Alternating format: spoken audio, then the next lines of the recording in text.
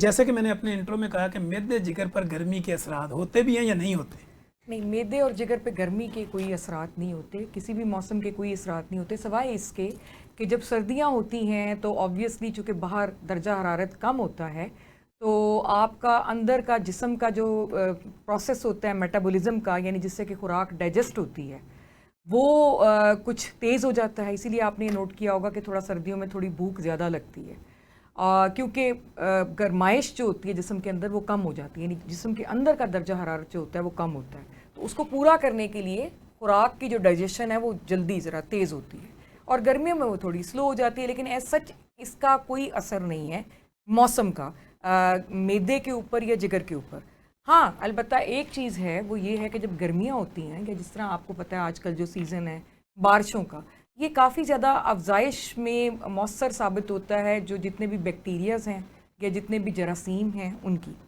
تو کوئی بھی چیز اپنے کھانے کی اگر باہر رکھی ہوئی ہے، فریج سے باہر رکھی ہوئی ہے، یا باہر ریڑھیوں پہ جس طرح چیزیں ہیں، تو مکھی اور مچھر اور اس کے علاوہ جو بیکٹیریاز ہیں ان کی افزائش جو ہے نا وہ بہت زیادہ ہو رہی ہوتی ہے اس موسم میں. تو چونکہ بہت زیادہ ہو رہی ہوتی ہے تو اس لیے چیزیں بڑی جلدی خراب ہو جاتی ہیں. تو اس لیے انفیکشن، جو پیٹ کا انفیکشن ہے، جس کو معدے کا انفیکشن آپ کہہ سکتے ہیں یا انتڑیوں کا انفیکشن کہہ سکتے ہیں، عام زبان میں اس کو گیسٹرو کہتے ہیں، وہ اس لیے بہت زیادہ کامن ہو جاتا ہے. تو اس زمین میں یہی احتیاط کرنے کی ضرورت ہے کہ جو بھی آپ کھانا پکائیں تازہ پکائیں اور تھوڑی مقدار میں پکائیں تاکہ وہ استعمال ہو جائے.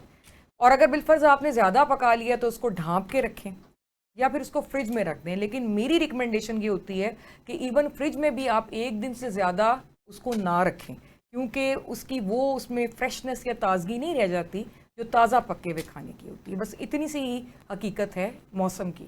ٹھیک ہے ڈاکٹر صاحب، کچھ لوگ موسم گرما میں ہم نے دیکھا ہے کہ وہ بہت زیادہ کولڈ ڈرنک یا بہت زیادہ کولڈ پانی کا استعمال کرتے ہیں یا برف کا ایکسٹرا استعمال کرتے ہیں. کیا یہ بھی آپ کی ڈائجیشن کو سلو کرتا ہے؟ بالکل کرے گا، اور excess of everything is bad. ہر چیز کی زیادتی جو ہے وہ بری ہوتی ہے. ہر چیز میں توازن جو ہے وہ ہونا ضروری ہے. تو اس لیے میں تو یہی ریکمینڈ کروں گی کہ نہ زیادہ ٹھنڈا نہ زیادہ گرم پانی، آپ نارمل ٹیمپریچر کا پانی جو ہے وہ استعمال کریں.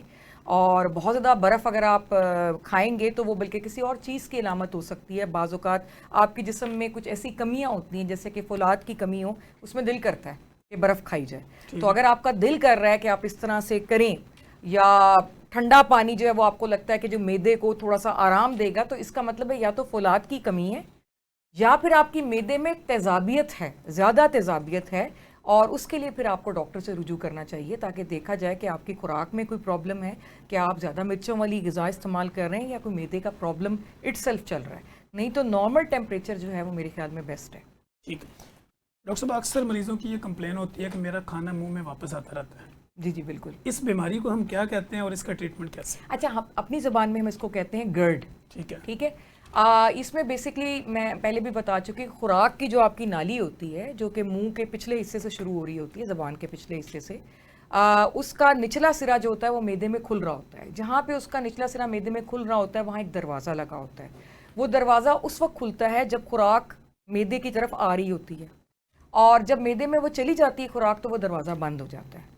تو اس بیماری کے اندر یہ ہوتا ہے کہ وہ دروازہ تھوڑا سا کمزور ہو جاتا ہے، تو جس کی وجہ سے جب خوراک معدے میں چلی بھی جاتی ہے تو وہ واپس لیک کر سکتی ہے خوراک کی نالی میں، اور خوراک کی نالی سے منہ میں آ سکتی ہے. تو ایسے مریضوں کو محسوس ہوتا ہے کہ ڈکار کے ساتھ یا ویسے کھانا اوپر آ گیا ہے، اور اس کے ساتھ ان کو کچھ تھوڑا سا ٹیسٹ بھی ایسا لگتا ہے کہ جیسے کہ بدل گیا ہے منہ کا. تو اس کو ہم کہتے ہیں گرڈ کی بیماری. تو یہ اکثر اوقات لوگوں کو ہوتی ہے. اس کی بڑی وجہ موٹاپا ہوتا ہے، موٹاپے میں یہ ہو سکتی ہے. اس کے علاوہ فیملیز میں رن کر سکتی ہے، یعنی اگر کسی کے خاندان میں اس کے ماں باپ کو یا دادکے میں یا نانکے میں مسئلہ ہے تو ان کو وہ مسئلہ ہو سکتا ہے. تو اس کا باقاعدہ علاج ہے. آپ نے اپنی لائف سٹائل جو ہے اس کو چینج کرنا ہوتا ہے تھوڑا سا، اور اس کا علاج جو ہے وہ کافی حد تک بندہ جو ہے وہ نارمل لائف گزار سکتا ہے. ٹھیک ہے ڈاکٹر صاحب، آج کل اگر ہم بات کریں تو لوگوں کو آج کل بخار بہت زیادہ ہو رہا ہے. لوگ سمجھتے ہیں کہ شاید کوئی وائرل انفیکشن ہوا ہوا. کیا آپ کی نظر میں کوئی ایسے پیشنٹ گزرے ہیں جن کو آج کل ڈائریا اور بخار اکٹھا مکس ہو رہا ہو؟ بالکل. یہ تو میں آپ کو پہلے بتا چکی ہوں کہ اس موسم میں، اور خاص طور پہ جو برسات کا موسم ہے، یعنی جو موسم چل رہا ہے، اس میں مکھی، مچھر اور اس کے علاوہ جراثیم دوسرے جو کہ نظر نہیں آتے ہیں عام آنکھ سے، ان سب کے لیے بہت موزوں ہیں.